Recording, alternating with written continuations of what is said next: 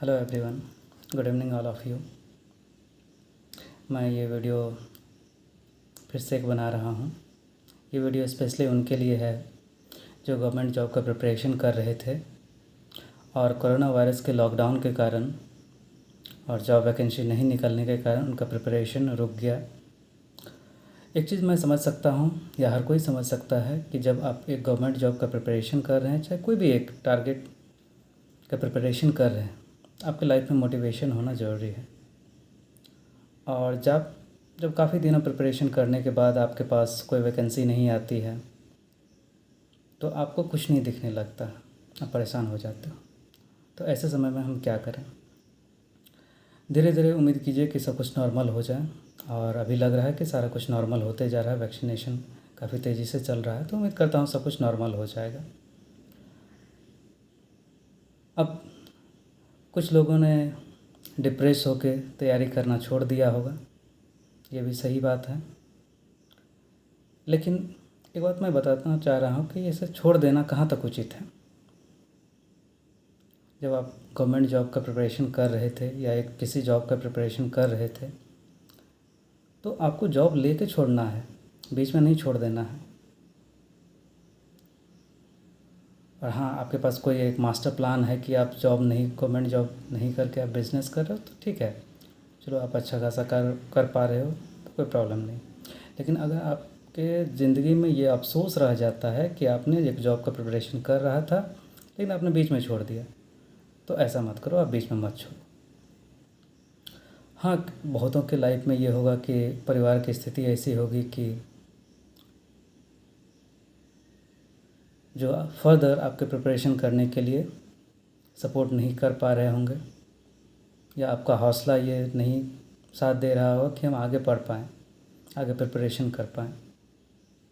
तो उन सब के लिए एक मैं छोटा सा अपना एक दोस्त का स्टोरी बताना चाहता हूँ। आप लोगों में से शायद काफ़ी लोग जानते होंगे, मैं नवोदय विद्यालय से पढ़ा हूँ, सुखासन मधेपुरा से। तो वहाँ एक मेरा दोस्त था, नाम मैं बाद में बताऊँगा, लास्ट में वीडियो के लास्ट में मैं बता दूँगा नाम।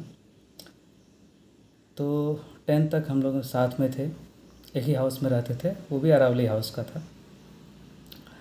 फिर वहाँ से निकलने के बाद 10th का एग्ज़ाम देने के बाद मैं 12th में वहीं रहा। 11th-12th मैं JNV मधेपुरा से ही किया, और वो भी 11th-12th वहीं था। क्लास 12th में उसे एक एग्ज़ाम में शायद सप्ली लग गया, एक या दो एग्ज़ाम में, तो मेरे को फेल हो गया था। तो उसने पढ़ाई छोड़ दी, घर आ गया। बहुत गरीब परिवार का था। इसके बाद पढ़ने में तो मन, क्योंकि फेल हो गया था क्लास 12th में, और बिहार का ही रहने वाला, तो बिहार के लोग आप जानते हैं कि पंजाब दिल्ली जाते हैं मज़दूरी करने, तो गांव के लोग जा रहे थे उसके साथ, वो भी चला गया। वहाँ पे वो 1.5 से 2 साल तक वहाँ मज़दूरी किया। उसके बाद फिर मज़दूरी में भी मन नहीं लगा, पढ़ा लिखा लड़का था, क्योंकि बेसिक तो अच्छा था कुल मिला के। फिर तो वहाँ से आया वो पूर्णिया आप जानते होंगे, बिहार में है। पूर्णिया आ गया, वहाँ वो पूर्णिया कॉलेज में एडमिशन लिया। साथ में वो ट्यूशन पढ़ाता था, पूर्णिया में ही रूम लिया, और किराए मतलब अपना किराया अपना मेंटेनेंस के लिए, क्योंकि घर वाले सपोर्ट नहीं कर पाए, तो वहाँ ट्यूशन पढ़ाता था। अपने से एक रूम लेकर रहना, खाना बनाना, ट्यूशन, अपना खुद की पढ़ाई की प्रिपरेशन करना। बीच बीच में मेरी बात होती थी उससे, और उसकी किस्मत कहिए या उसका मेहनत, मैं तो उसका मेहनत को दाद देना चाहता हूँ। इन सारे परिस्थिति के बावजूद आज वो स्टेशन मास्टर है। किशनगंज के पास एक स्टेशन में वो स्टेशन मास्टर है। तो I am proud of him. और मैं इसलिए ये कहानी बताना चाह रहा हूँ क्योंकि मैं अपने भाइयों, जो भी मेरा घर में भाई लोग हैं, जो रिश्तेदार हैं, मैं सबको ये स्टोरी सुनाता हूँ। वो सही में एक इंस्पिरेशन है। जिस परिस्थिति में वो अपने आप को संभाला, तो आप लोग में से मैक्सिमम की परिस्थिति उससे ख़राब नहीं होगी, उससे अच्छी ही होगी।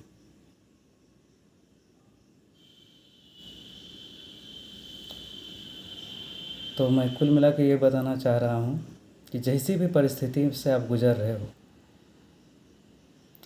एक बार फिर से जोर लगाओ, कुछ ना कुछ रास्ता निकलेगा और आप अपना टारगेट अचीव कर पाएंगे। थैंक यू, आज के लिए इतना है। हाँ, उसका नाम श्याम है। Thank you.